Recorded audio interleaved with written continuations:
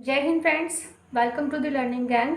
मैं हूं कविता और आज हम लोग डिस्कस करने वाले हैं कक्षा 6 की पुस्तक हमारा अतीत का अध्याय 3 आरंभिक नगर, पुराने भवन का संरक्षण। जसपाल और हरप्रीत अपने घर के पास की गली में क्रिकेट खेल रहे थे।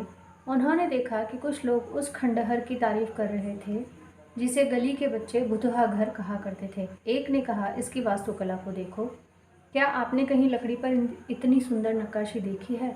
दूसरी महिला ने कहा, हमें मंत्री जी को पत्र लिखकर कहना चाहिए कि वह इस खूबसूरत घर को सुरक्षित रखने के लिए इसकी मरम्मत कराने की व्यवस्था करें। यह सब सुनकर जसपाल और हरप्रीत सोचने लगे कि इस पुराने खंडहर से लोगों का इतना लगाव क्यों हो सकता है। तो यहाँ पे जो क्वेश्चन है वो जसपाल और हरप्रीत के मन में आया है कि जब वो अपने घर के पास में गली में क्रिकेट खेल रहे थे तो उन्होंने सुना कि कुछ लोग आपस में बात कर रहे थे उस घर के बारे में या उस घर के अवशेष या खंडहर के बारे में जिसे वो लोग भुतहा घर कहा करते थे। अब वो लोग क्या बात कर रहे थे उन्होंने ध्यान से सुना। दो स्त्रियों को आपस में बात करते उन्होंने सुना। एक स्त्री कह रही थी कि इसकी वास्तुकला को देखो, क्या आपने लकड़ी पर इतनी सुंदर नक्काशी कभी देखी है? तभी दूसरी महिला ने कहा कि हमें मंत्री जी को पत्र लिखना चाहिए और उनसे ये रिक्वेस्ट करनी चाहिए कि इतने खूबसूरत घर को सुरक्षित रखने के लिए इसकी मरम्मत करवाने की वे व्यवस्था करें। तब जसपाल और हरप्रीत के मन में यह प्रश्न आया कि ये जो घर है, ये जो खंडहर है जिसे हम लोग भुतहा घर कहा करते हैं, इससे इन लोगों को इतना लगाव क्यों है? हड़प्पा की कहानी। तो जसप्रीत और हरप्रीत के क्वेश्चन के माध्यम से यहाँ पे इमारतों के अवशेषों के महत्व को बताने का प्रयास किया गया है। किस तरह से देखते हैं। हड़प्पा की कहानी। अक्सर पुरानी इमारत अपनी कहानी बताती है। लगभग 150 साल पहले जब पंजाब में पहली बार रेलवे लाइन बिछाई जा रही थी तो इस काम में जुटे इंजीनियरों को अचानक हड़प्पा पुरा स्थल मिला जो आधुनिक पाकिस्तान में है। उन्होंने सोचा कि यह एक ऐसा खंडहर है जहाँ से अच्छी ईंटें मिलेंगी। यह सोचकर वे हड़प्पा के खंडहरों से हज़ारों ईंटें उखाड़ ले गए, जिससे उन्होंने रेलवे लाइनें बिछाईं। इससे कई इमारतें पूरी तरह नष्ट हो गई। अभी बताया जा रहा है जो हड़प्पा की खोज है वो किस तरह से हुई थी कि लगभग 150 साल पहले की बात है, जब पंजाब में पहली रेलवे लाइनें बिछाई जा रही थी। तब जो इंजीनियर्स इस रेलवे ट्रैक को बिछाने का काम कर रहे थे उन्हें ईंटों की आवश्यकता हुई और इन ईंटों की आवश्यकताओं को पूरा करने के लिए उन्होंने एक हड़प्पा का एक स्थल था। हालांकि उन्हें नहीं मालूम था उस समय कि ये किसी प्राचीन सभ्यता का पूरा स्थल है, तो उन्हें एक खंडहर सा दिखाई दिया जहाँ पर उन्हें ईंटें मिली। तो उन्होंने यही सोचा कि ये तो एक खंडहर है और इससे हमें ईंटें मिल रही हैं, तो क्यों ना हम इन ईंटों को रेलवे लाइन के निर्माण कार्य में काम में ले लें। तो उन्होंने उसी खंडहर से ईंटें लेकर रेलवे लाइन को बिछाने का पूरा काम किया, लेकिन वो ईंटें वहाँ से उखाड़ लेने से वहाँ की जो कई इमारतें थी वो पूरी तरह से नष्ट हो गई। उसके बाद लगभग 80 साल पहले पुरातत्वविदों ने इस स्थल को ढूंढा। तब पता चला कि यह खंडहर उपमहाद्वीप के सबसे पुराने शहरों में से एक है। क्योंकि इस नगर की खोज सबसे पहले हुई थी, इसीलिए बाद में मिलने वाले इस तरह के सभी पुरा स्थलों में जो इमारतें और चीज़ें मिली उन्हें हड़प्पा सभ्यता की इमारतें कहा गया। इन शहरों का निर्माण लगभग 4700 साल पहले हुआ था। अब ये जो रेलवे ट्रैक बिछाने का काम हुआ था, इसके लगभग 80 साल बाद की ये बात है कि 80 साल बाद पुरातत्वविदों ने उस स्थल को खोजा और जब उस स्थल को खोजा गया तो पुरातत्वविदों को यह ज्ञात हुआ कि ये जो खंडहर हैं ये हमारे उपमहाद्वीप के सबसे पुराने शहरों में से किसी एक शहर के हैं। और क्योंकि सबसे पहले इस शहर की खोज की गई थी जिसका नाम हड़प्पा है, इसीलिए बाद में इससे मिलती जुलती या इससे संबंधित जो भी इमारतें या जो भी अवशेष खंडहर भवनों के मिले उन्हें हड़प्पा सभ्यता के नाम से जाना गया या उन्हें हड़प्पा सभ्यता की इमारतें कहा गया। और ये जो शहर थे जिनके खंडहर हमें प्राप्त हुए थे, ऐसा माना जाता है कि इन शहरों का निर्माण लगभग 4700 साल पहले हुआ था। यह पुरानी इमारतों को तोड़कर उनकी जगह पर नए भवन बनाए जाते हैं। क्या तुम्हें लगता है कि पुरानी इमारतों को सुरक्षित रखना चाहिए? तो आज से ही नहीं, ये पुराने ज़माने से होता आया है कि जो पुरानी इमारतें होती हैं उन्हें तोड़ दिया जाता है, ध्वस्त कर दिया जाता है और उनके स्थान पर नए भवन बनाए जाते हैं। तो क्या पुरानी इमारतों को सुरक्षित रखना चाहिए? यदि हाँ तो क्यों, और यदि नहीं तो क्यों, ये बताने की यहाँ पे कोशिश की गई है। इन नगरों की विशेषता क्या थी? इन नगरों में से कई को 2 या उससे ज़्यादा हिस्सों में विभाजित किया गया था। यहाँ पे बात की जा रही है हड़प्पा नगरों की, है ना? प्रायः पश्चिमी भाग छोटा था लेकिन ऊंचाई पर बना था, और पूर्वी हिस्सा बड़ा था लेकिन यह निचले इलाके में था। कि हड़प्पा के जो नगर हैं, जो खंडहर हमें प्राप्त हुए हैं, उनमें ऐसा पाया गया है कि ये जो नगर हैं उनमें से अधिकतर को प्रायः 2 हिस्सों में विभाजित किया गया था, पश्चिमी भाग और पूर्वी भाग। पश्चिमी भाग जो है वो आकार में, साइज़ में छोटा था लेकिन ऊंचाई पर बना हुआ था, जबकि जो पूर्वी हिस्सा है नगर का वो बड़ा था लेकिन निचले इलाके में हुआ करता था। ऊंचाई वाले भाग को पुरातत्वविदों ने नगर दुर्ग कहा है और निचले हिस्से को निचला नगर कहा है। दोनों हिस्सों की चारदीवारियाँ पकी ईंटों की बनाई जाती थीं। इसकी ईंटें इतनी अच्छी पकी थीं कि हज़ारों साल बाद आज तक उनकी दीवारें खड़ी रहीं। दीवार बनाने के लिए ईंटों की चिनाई इस तरह करते थे जिससे कि दीवारें खूब मजबूत रहें। तो अब ये जो ऊंचे और निचले नगर मिले हैं, इन्हें पुरातत्वविदों द्वारा जो ऊंचाई पर स्थित लेकिन आकार में छोटे नगर मिले हैं उन्हें नगर दुर्ग कहा गया है, और जो निचले हिस्से में दुर्ग मिले हैं जो कि अपेक्षाकृत बड़े हैं उन्हें निचला नगर कहकर पुकारा गया है। और ये बताया गया है कि ये जो ऊंचा और नीचा नगर है ये दोनों ही 4 दीवारियों से अटे हुए थे, और ये जो 4 दीवारियाँ हैं ये पकी ईंटों से बनाई गई थी। और ये जो ईंटें हैं इनका फीचर यहाँ पर बताने की कोशिश की गई है कि ये ईंटें इतनी अच्छी तरह से पकाई गई थी कि हज़ारों साल बाद आज तक उन ईंटों से जिन दीवारों का निर्माण किया गया था वो दीवारें आज भी उसी तरह से खंडहरों या अवशेषों के रूप में हमें खड़ी हुई मिलती हैं। और उनकी जो चिनाई है वो भी इस तरह से की गई है कि आज भी वे दीवारें खूब मजबूत हैं। कुछ नगर दुर्ग में कुछ खास इमारतें बनाई गई थीं। मिसाल के तौर पर मोहनजोदड़ो में खास तालाब बनाया गया था जिसे पुरातत्वविदों ने महान स्नानागार कहा है। इस तालाब को बनाने में ईंटें और प्लास्टर का इस्तेमाल किया गया था। तो यहाँ पे ये उन नगरों की भी क्या विशेषताएं हैं वो भी बता रहे हैं। जैसे यहाँ पे एक नगर मोहनजोदड़ो की बात की गई है कि कुछ नगर दुर्ग ऐसे हैं जिनमें खास इमारतें बनाई गई हैं, जिनमें मोहनजोदड़ो एक ऐसा नगर है जिसमें एक खास तरह का तालाब बनाया गया है, और इस तालाब को पुरातत्वविदों द्वारा महान स्नानागार की संज्ञा दी गई है। इस तालाब को बनाने में ईंटें और प्लास्टर का प्रयोग किया गया था। इसमें पानी का रिसाव रोकने के लिए प्लास्टर के ऊपर चारकोल की परत चढ़ाई गई थी। इस सरोवर में 2 तरफ से उतरने के लिए सीढ़ियाँ बनाई गई थीं और चारों ओर कमरे बनाए गए थे। इसमें भरने के लिए पानी कुएं से निकाला जाता था। उपयोग के बाद इसे खाली कर दिया जाता था। शायद यहाँ विशिष्ट नागरिक विशेष अवसरों पर स्नान किया करते थे। अब बताया जा रहा है कि ये जो महान स्नानागार है इसे किस तरह से बनाया गया था, कि इसके निर्माण के लिए ईंटों और प्लास्टर का इस्तेमाल किया गया था। पानी का रिसाव न हो इसके लिए प्लास्टर करने के बाद में उसके ऊपर चारकोल की परत चढ़ाई गई थी। और इस महान स्नानागार को इस तरह से बनाया गया था कि इसमें 2 तरफ से उतरने के लिए सीढ़ियाँ बनाई गई थी और इसके चारों ओर कमरे बनाए गए थे, जो संभवतः वहाँ पर जो विशिष्ट जन का जो स्नान आयोजन किया जाता था उनके लिए व्यवस्था स्वरूप निर्मित किए गए थे। इस महान स्नानागार में पानी भरने के लिए कुओं का इस्तेमाल किया जाता था, और इस्तेमाल के बाद में उस पानी को पुनः खाली कर दिया जाता था। और ऐसी मान्यता रही है कि यहाँ पे कुछ विशिष्ट नागरिक विशेष अवसरों पर स्नान किया करते होंगे, जैसे पुष्कर मेले के समय में पुष्कर में भी होता है इस तरह से।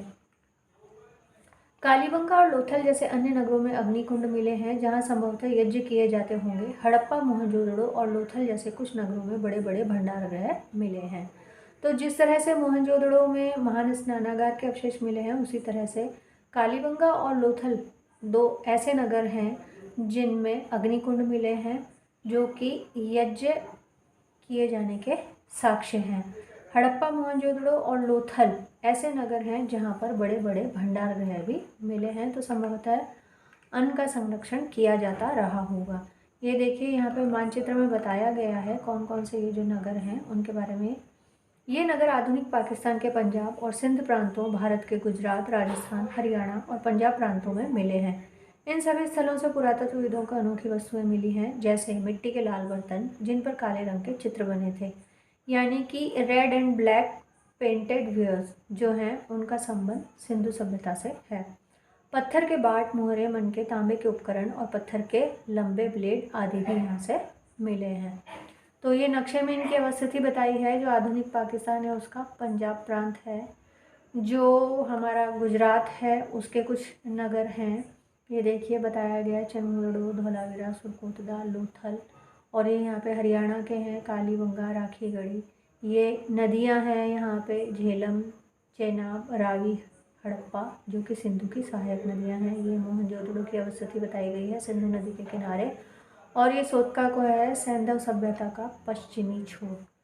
ठीक है, इस तरह से। तो मानचित्र में भी क्या क्या पूछा गया है ये हमें ध्यान रखना है, क्योंकि वहाँ पे मानचित्र के माध्यम से भी प्रश्न बन सकता है और टेक्स्ट के फॉर्म में भी क्वेश्चन पूछा जा सकता है।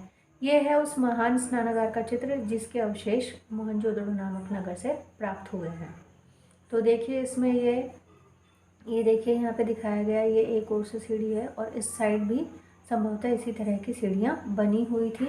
और ये देखिए ये चारों तरफ कमरे के अवशेषों के यहाँ पे कुछ साक्ष्य नज़र आ रहे हैं। तो ये वो महान स्नानागार है जिसके अवशेष मोहनजोदड़ो नामक नगर से मिले हैं। भवन, नाले और सड़कें।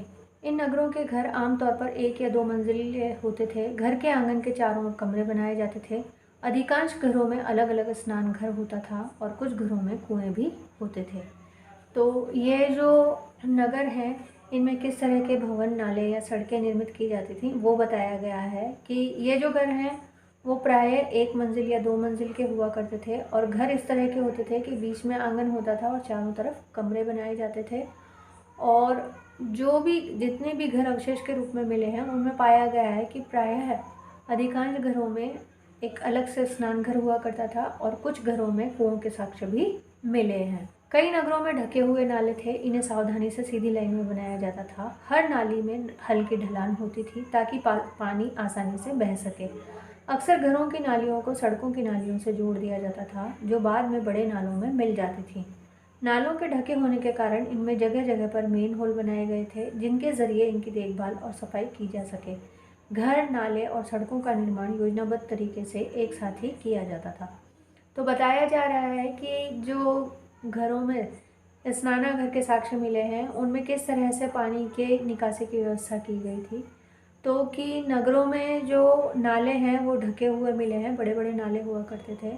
और ये जो नाले हैं ये एक सीधी लाइन में बनाया जाता था और इनमें पानी जो है वो नालियों के माध्यम से पहुंचता था। और जो नालियां हैं, घरों से जो नालियां निकलती थी वो हल्की ढलान लिए हुए होती थी ताकि पानी आसानी से बहकर सड़कों की नालियों में मिल सके और बाद में नाले तक पहुंच सके।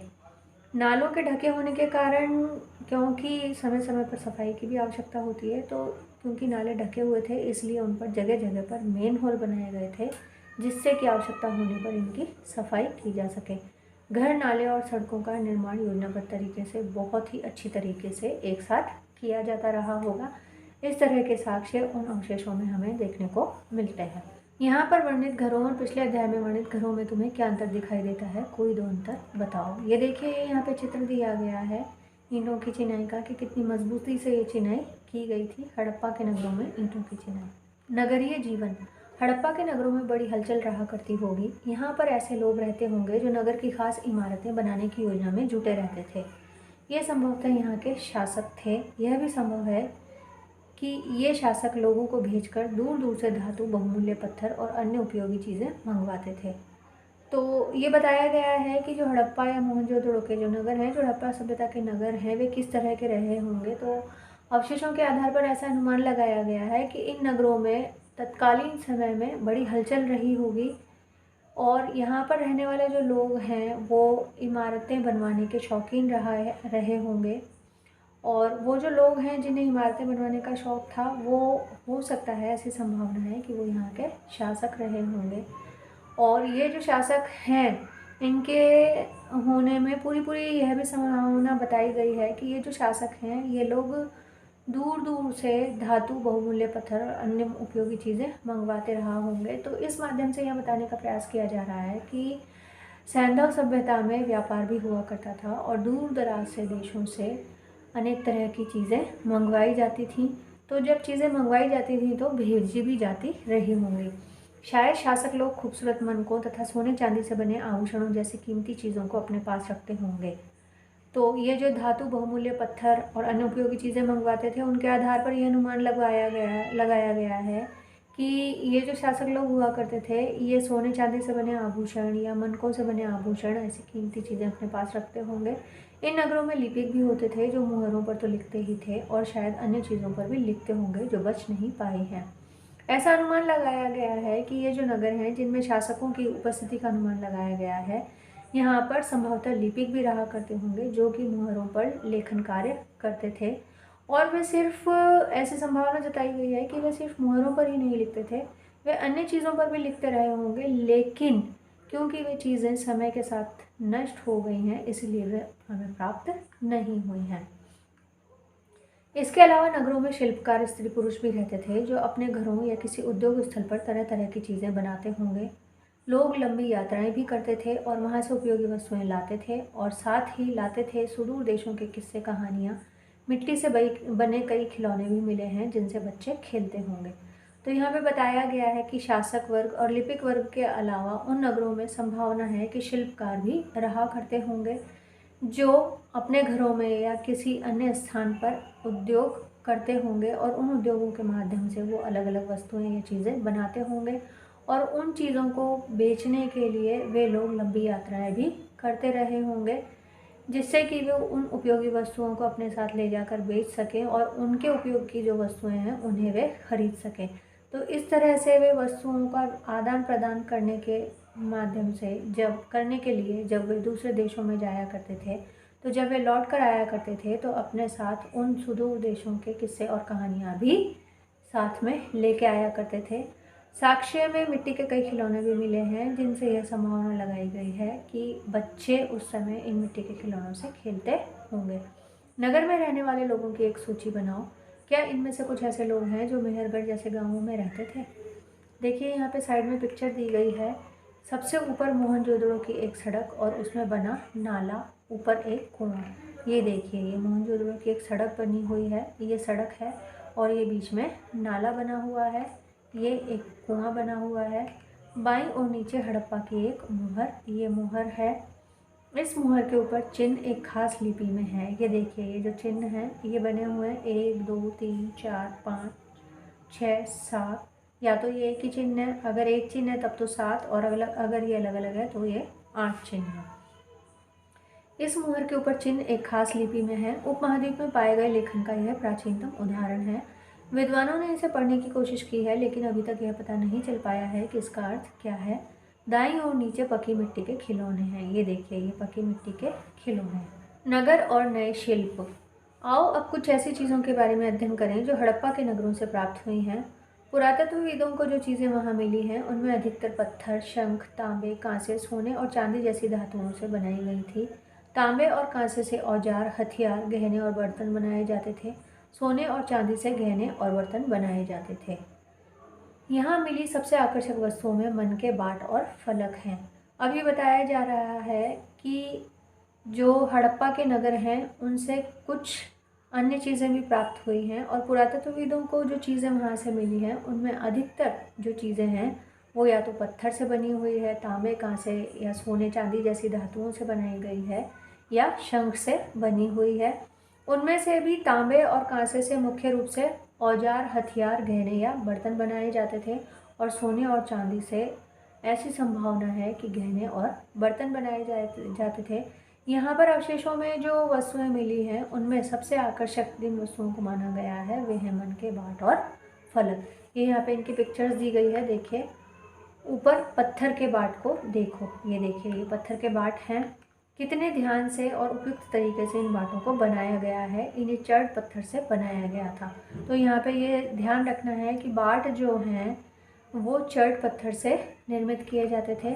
इन्हें शायद बहुमूल्य पत्थर और धातुओं को तोड़ने के लिए बनाया गया होगा। मध्य में बाएं मनके, ये मनके हैं। देखिए, ये देखिए, ये मनकों की मोतियों की माला है अलग अलग तरह की। मध्य में बाएं मनके। इनमें से कई कार्नेलियन पत्थरों से बनाए गए थे। पत्थरों को काट और तराश कर मनके बनाए गए। इनके बीच में छेद किए गए थे ताकि धागा डालकर माला बनाई जाए। तो ये जो मनके हैं इनके बीच में छेद भी किए गए थे। ये देखिए माला बनी हुई है। तो इस तरह से छेद किए गए थे कि इनके बीच में धागे को आर पार डालकर इनकी माला बनाना संभव हो सके। मध्य में दाएं पत्थर के धारदार फलक हैं। ये देखिए ये पत्थर के फलक हैं। और नीचे दाएं कढ़ाईदार वस्त्र पहने एक महत्वपूर्ण व्यक्ति की पत्थर से बनी मूर्ति जो मोहनजोदड़ो से मिली थी। ये जो मूर्ति है ये देखिए, इसमें उसे कढ़ाईदार वस्त्र पहने हुए दिखाया गया है। ये मूर्ति है जो मोहनजोदड़ो से प्राप्त हुई है। हड़प्पा सभ्यता के लोग पत्थर की मुहरें बनाते थे। इन आयताकार मुहरों पर सामान्यतः जानवरों के चित्र मिलते हैं। हड़प्पा सभ्यता के लोग काले रंग से डिजाइन किए हुए खूबसूरत लाल मिट्टी के बर्तन बनाते थे। देखो प्रश्न संख्या 6। तो यहाँ पे बताया गया है कि हड़प्पा के जो लोग हैं वो पत्थर की मुहरें बनाया करते थे और ये जो मुहरें हैं ये आकार में आयताकार हुआ करती थी और इन आयताकार मुहरों पर जानवरों के चित्रों का अंकन किया गया था। इसी के साथ हड़प्पा सभ्यता के जो लोग हैं वो काले रंग से डिज़ाइन किए हुए खूबसूरत लाल रंग की मिट्टी के बर्तन बनाया करते थे। यानी कि यहाँ पे ये बताया जा रहा है कि ब्लैक एंड रेड पेंटेड जो वेयर्स हैं वो हड़प्पा सभ्यता से संबंधित हैं। क्या वे पत्थर के बाट बनाते थे? संभवतः 7000 साल पहले मेहरगढ़ में कपास की खेती होती थी। मोहनजोदड़ो से कपड़े के टुकड़ों के अवशेष चांदी के एक फूलदान के ढक्कन तथा कुछ अन्य तांबे की वस्तुओं से चिपके हुए मिले हैं। पकी मिट्टी तथा फेयॉन्स से बनी तकलियाँ सूत कताई का संकेत देती हैं।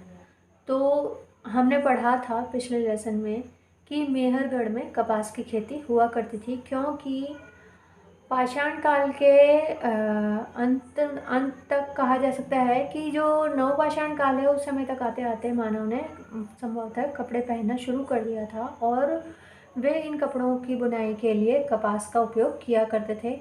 तो मोहनजोदड़ो से भी कपड़े के अवशेष हमें प्राप्त हुए हैं और ये जो कपड़े के अवशेष हैं वो चांदी के फूलदान के ढक्कन से और तांबे की कुछ अन्य वस्तुएं उनसे चिपके हुए मिले हैं।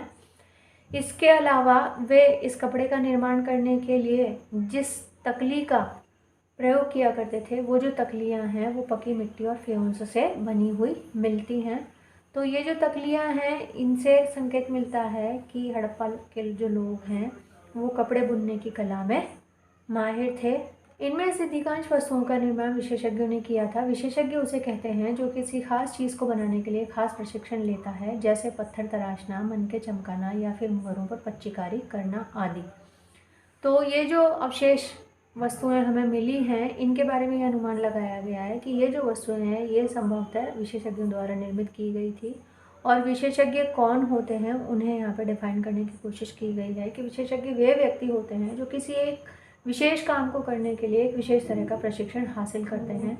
जैसे अभी हम लोगों ने भी टीचर्स बनने के लिए क्या किया है, हम लोगों ने बीएड ट्रेनिंग की है, या जो प्राइमरी टीचर्स बनना चाहते हैं उन लोगों ने बीएसटीसी या एसटीसी या डिप्लोमा या एनटीटी डिफरेंट टाइप के कोर्स या डिप्लोमास उन्होंने किए हैं। तो उस समय में भी लोग विशेष कार्यों को करने के लिए विशेष तरह का प्रशिक्षण लिया करते थे। उनमें से कुछ के उदाहरण दिए गए हैं जैसे पत्थर तराशना, मनके चमकाना या फिर मुहरों पर पच्चीकारी आदि का काम करना। पृष्ठ 28 पर चित्र देखो कि मूर्ति का चेहरा कितने आकर्षक ढंग से बनाया गया है और उसकी दाढ़ी कितनी अच्छी तरह दर्शाई गई है। यह किसी विशेषज्ञ मूर्तिकार का ही काम हो सकता है। ये जो पिछले पृष्ठ पर मूर्ति दी गई है इसके बारे में ये कहा गया है। देखिए ये जो इसकी दाढ़ी है कितनी अच्छे से अलंकृत की गई है। एक एक जो लाइन बनी हुई है देखिए, बीच में अंतराल ज़रा सा भी 19-20 नहीं है, बिल्कुल सेम अंतराल है। ये जो शॉल पर फूलों की डिज़ाइन है इसमें भी देखिए जो अंतर है ये कितना, मतलब ये जो मूर्ति का गठन किया गया है, जो मूर्ति बनाई गई है ये कितने अच्छे तरीके से बनाई गई है। तो इसको देखकर यह अनुमान लगाया गया है कि ये जो काम है ये विशेषज्ञ द्वारा ही किया जाता रहा होगा। हर व्यक्ति विशेषज्ञ नहीं हो सकता था। हमें यह पता नहीं है कि क्या सिर्फ पुरुष ही ऐसे कामों में प्रशिक्षण हासिल करते थे या फिर केवल महिलाएं ही। शायद कुछ महिलाएं और पुरुष दोनों ही इस काम में दक्ष थे। अब क्योंकि ये भी संभव है क्या, होता ही है कि हर व्यक्ति विशेषज्ञ नहीं हो सकता है। विशेषज्ञ वही व्यक्ति होगा जो किसी विशेष काम को करने में प्रवीण होगा। और हम ये भी नहीं जानते हैं कि उस समय केवल पुरुष ही प्रशिक्षण हासिल किया करते थे या केवल महिलाएं ही प्रशिक्षण हासिल किया करती थी किसी विशेष काम के लिए। तो ऐसी संभावनाएं जताई गई हैं कि कुछ महिलाएं और कुछ पुरुष दोनों ही इस काम में दक्ष रहा करते होंगे, यानी कि महिला और पुरुष दोनों ही प्रशिक्षण हासिल करते होंगे। फेयोन्स क्या है ये बताया गया है। पत्थर और शंख प्राकृतिक तौर पर पाए जाते हैं, लेकिन फेयोन्स को कृत्रिम रूप से तैयार किया जाता है। बालू या स्फटिक पत्थरों के चूर्ण को गोंद में मिलाकर उनसे वस्तुएं बनाई जाती थीं। उसके बाद उन वस्तुओं पर एक चिकनी परत चढ़ाई जाती थी। इस चिकनी परत के रंग प्रायः नीले या हल्के समुद्री हरे होते थे। फेयोन्स से मनके, चूड़ियाँ, बाले और छोटे बर्तन बनाए जाते थे। तो ये बताया जा रहा है कि शंख और पत्थर तो प्राकृतिक रूप में पाए जाते हैं, लेकिन फेयोन्स जो है उन्हें कृत्रिम रूप से तैयार किया जाता था। और फेयोन्स को तैयार करने के लिए किन किन चीज़ों को काम में लिया जाता था?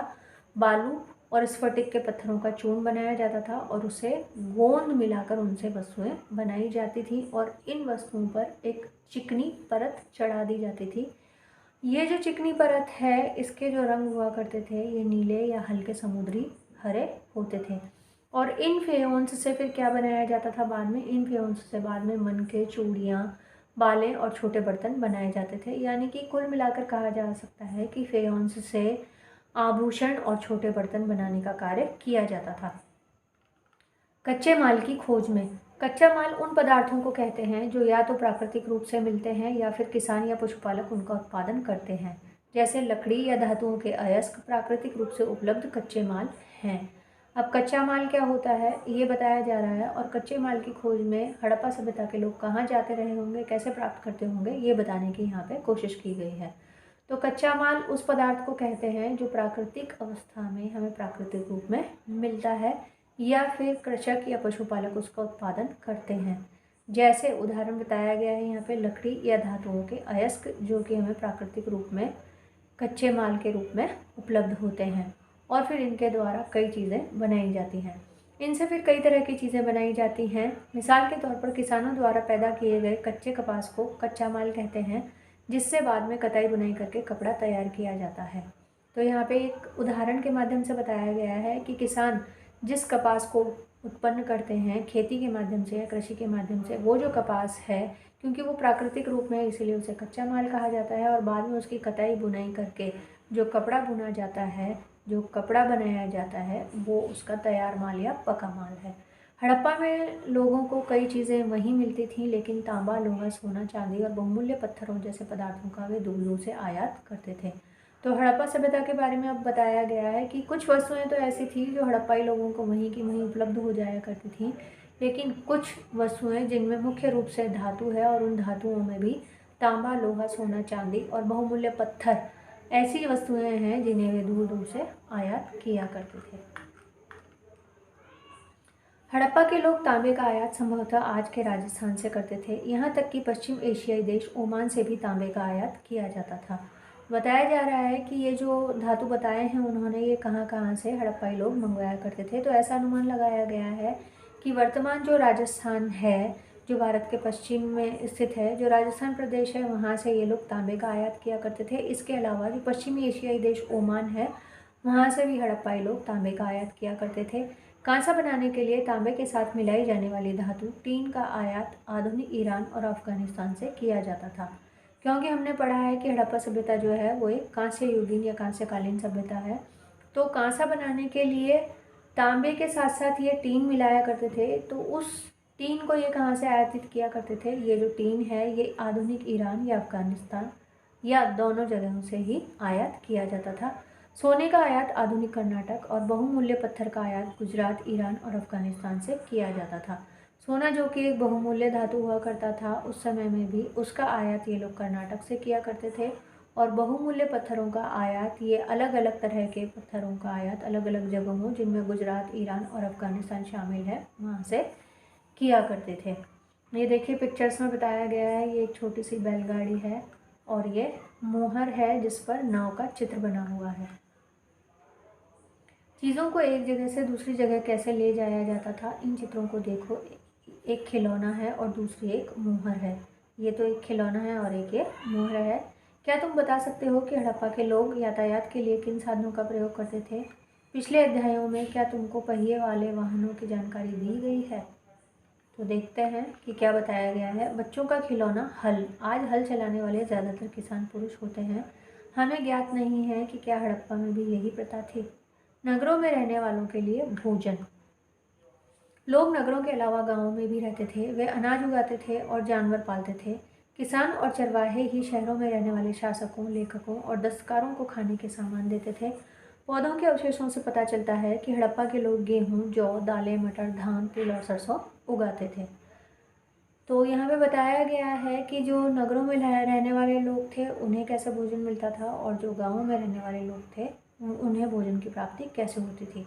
तो यहाँ बताया गया है कि लोग केवल उस समय नगरों में ही नहीं रहा करते थे। लोगों का आवास स्थान गाँवों में भी हुआ करता था, और वे लोग जो थे वे अनाज उत्पादन करने के साथ साथ पशुपालन का कार्य भी करते थे।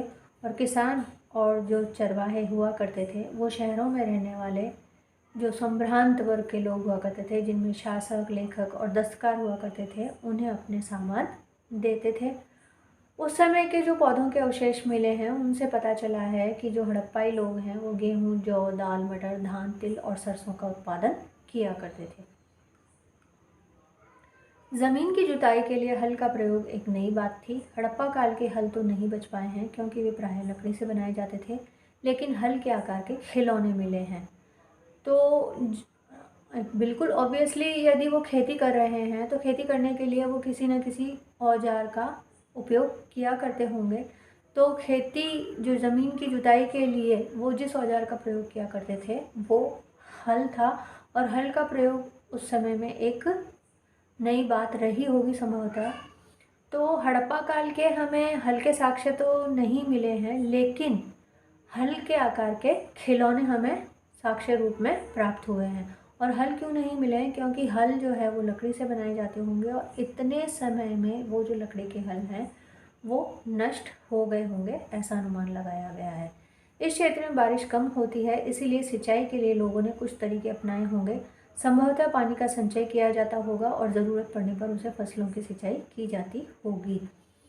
तो क्योंकि ये अनुमान लगाया गया है कि इस क्षेत्र में बारिश कम होती थी, तो जो लोग कृषि कार्य किया करते थे वे लोग सिंचाई के लिए संभवतः पानी को इकट्ठा किया करते थे, संरक्षित किया करते थे, और जब जब उन्हें आवश्यकता होती थी तब तब वे उस एकत्रित किए गए पानी को फसलों की सिंचाई के लिए काम में लेते रहे होंगे।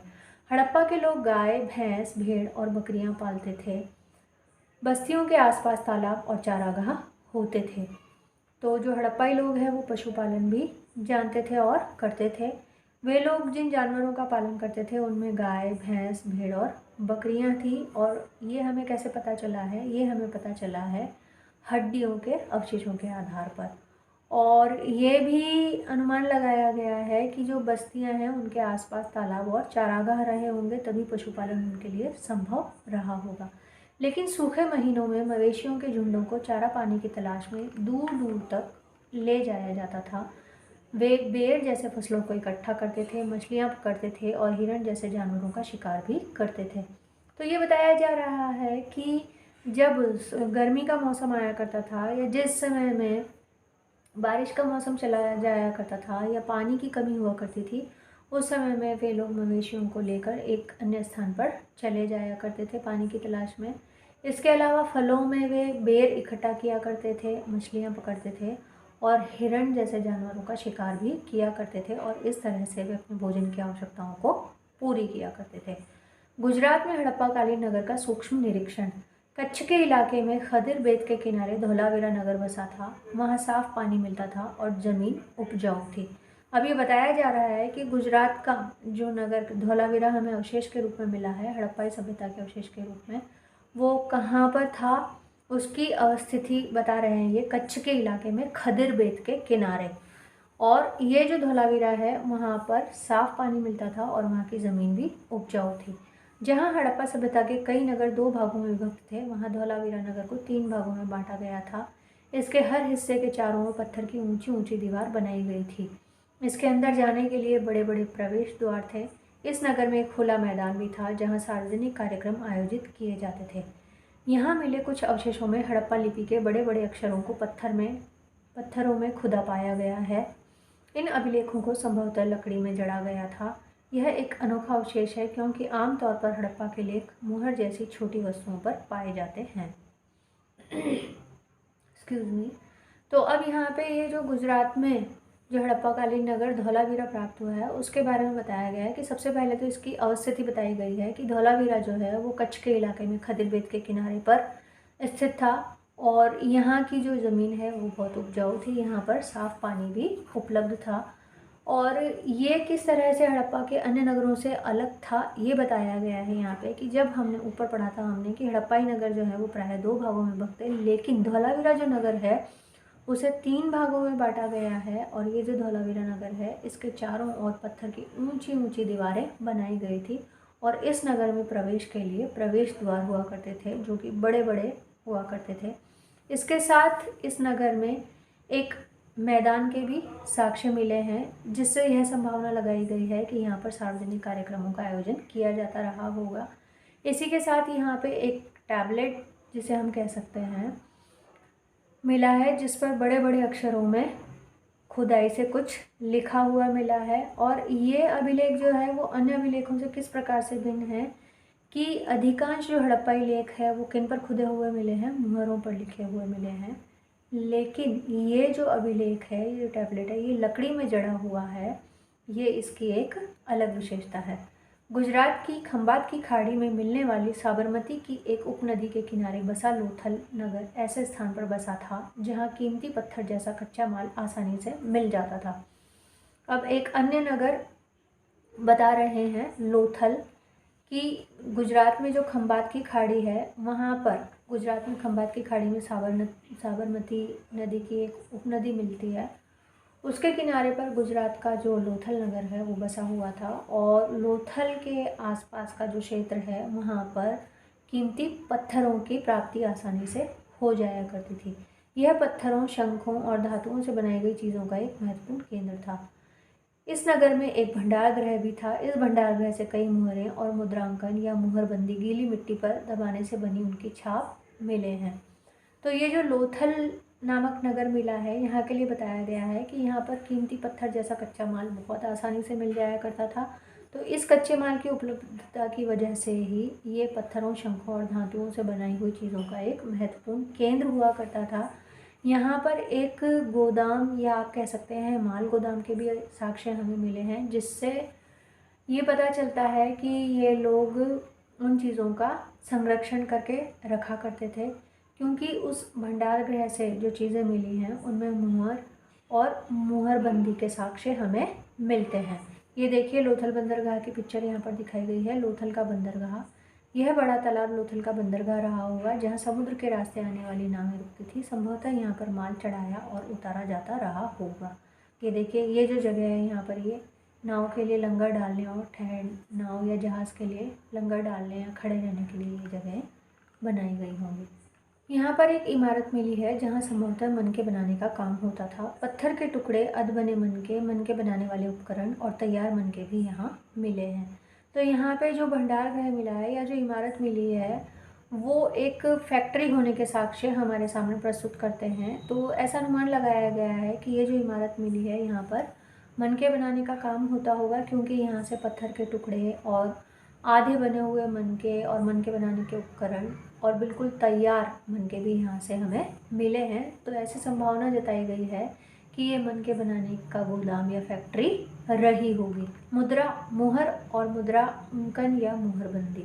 मुहरों का प्रयोग सामान से भरे उन डिब्बों या थैलों को चिन्हित करने के लिए किया जाता होगा जिन्हें एक जगह से दूसरी जगह भेजा जाता था। थैले को बंद करने के बाद उनके मुहानों पर गीली मिट्टी पोतकर उन पर मुहर लगाई जाती थी। मुहर की छाप को मुहरबंदी कहते हैं। अगर यह छाप टूटी हुई नहीं होती थी तो यह साबित हो जाता था कि सामान के साथ छेड़छाड़ नहीं हुई है। अब मुद्रा, मुहर या मुद्रांकन या मुहरबंदी किस तरह हुआ करती थी, उनका उपयोग क्यों हुआ करता था, ये बताया गया है कि मुहरों का प्रयोग सामान से भरे उन डिब्बों या थैलों को चिन्हित करने के लिए किया जाता था जो कि एक स्थान से दूसरे स्थान पर भेजे जाते थे। यानी कि सामान के आयात और निर्यात के लिए उन मुहरों का प्रयोग किया जाता था।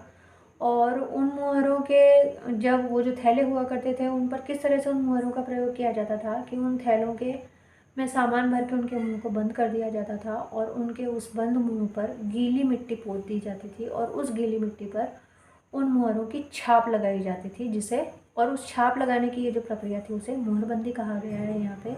तो जब अपने गंतव्य स्थान तक ये थैले पहुँचा करते थे तो वहाँ पे यदि ये मुहरबंदी उन्हें सही सलामत मिला करती थी तो ये अनुमान लगाया जाता था कि इस थैले के सामान के साथ किसी तरह की कोई छेड़छाड़ नहीं की गई है।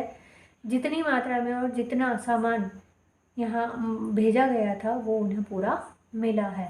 आज भी मुहर का प्रयोग होता है। पता लगाओ कि मुहरों का उपयोग किस लिए होता है। सभ्यता के अंत का रहस्य। लगभग 3900 साल पहले एक बड़ा बदलाव देखने को मिलता है।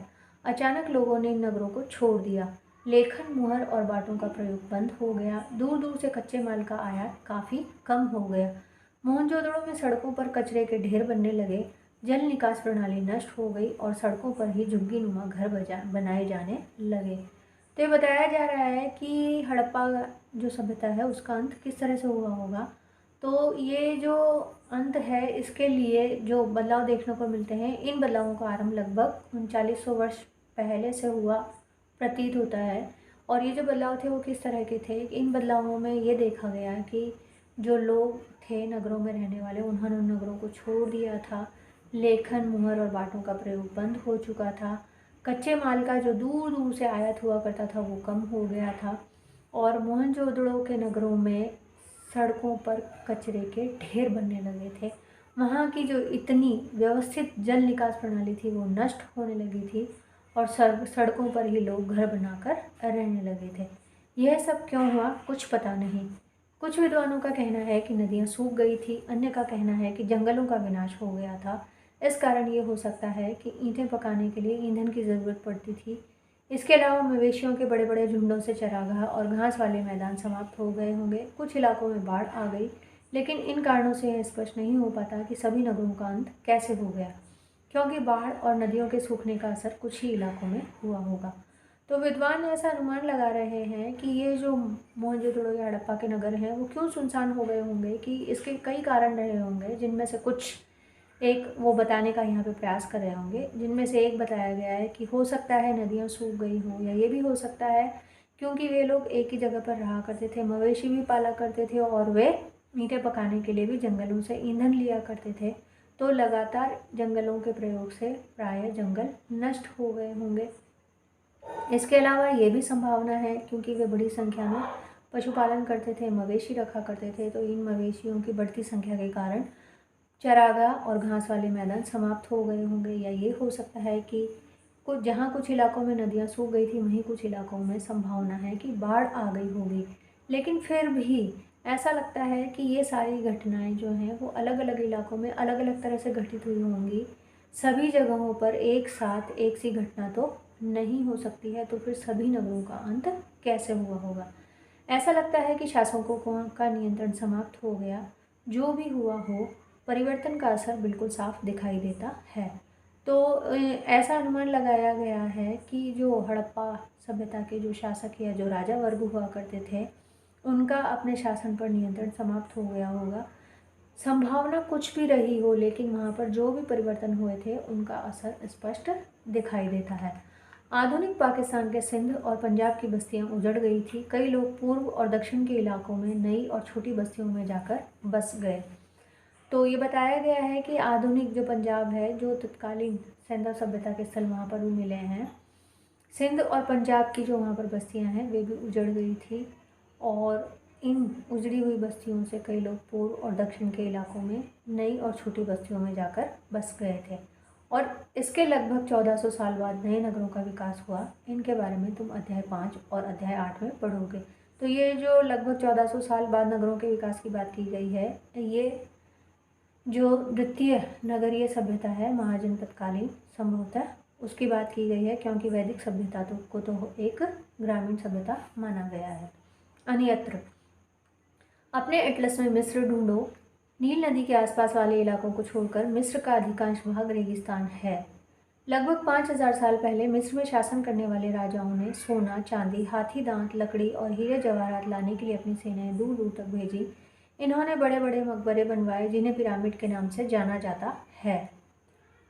तो ये बताया गया है इसमें कि सबसे पहले तो कहा गया है कि एटलस में मिस्र ढूंढिए आप, और मिस्र को ढूंढने के बाद में ये बताया जा रहा है कि ये जो मिस्र है ये नील नदी के पास में बसा हुआ एक देश हुआ करता था और मिस्र में जो नील नदी के आसपास का कुछ क्षेत्र है उस इलाके को छोड़कर बाकी का जो मिस्र है वो अधिकांशतया रेगिस्तान है।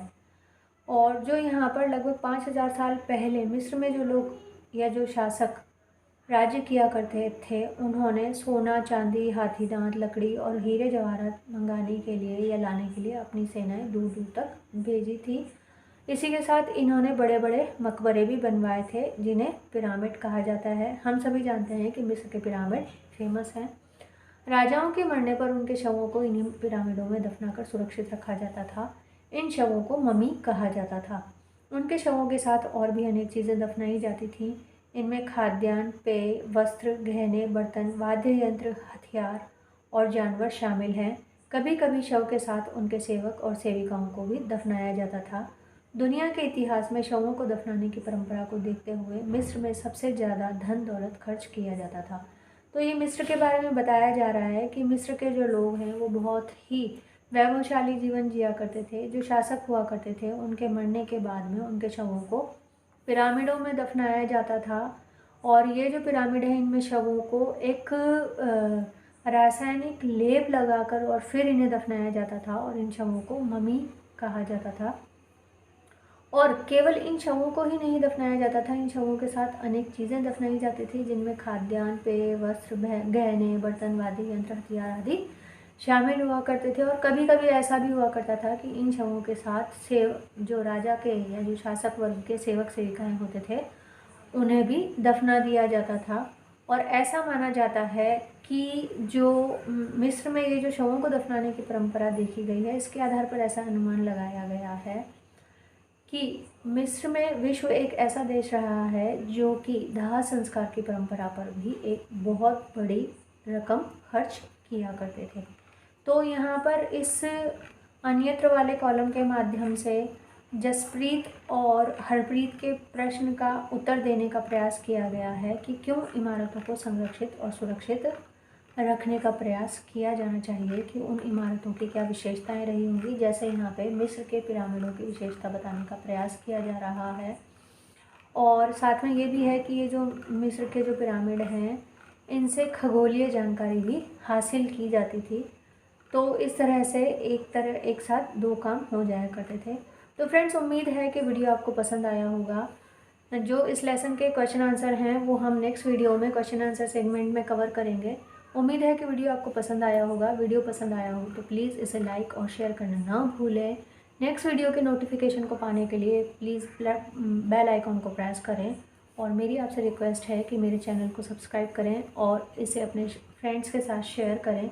मैं कविता आपसे मिलती हूँ क्वेश्चन आंसर्स के साथ नेक्स्ट वीडियो में।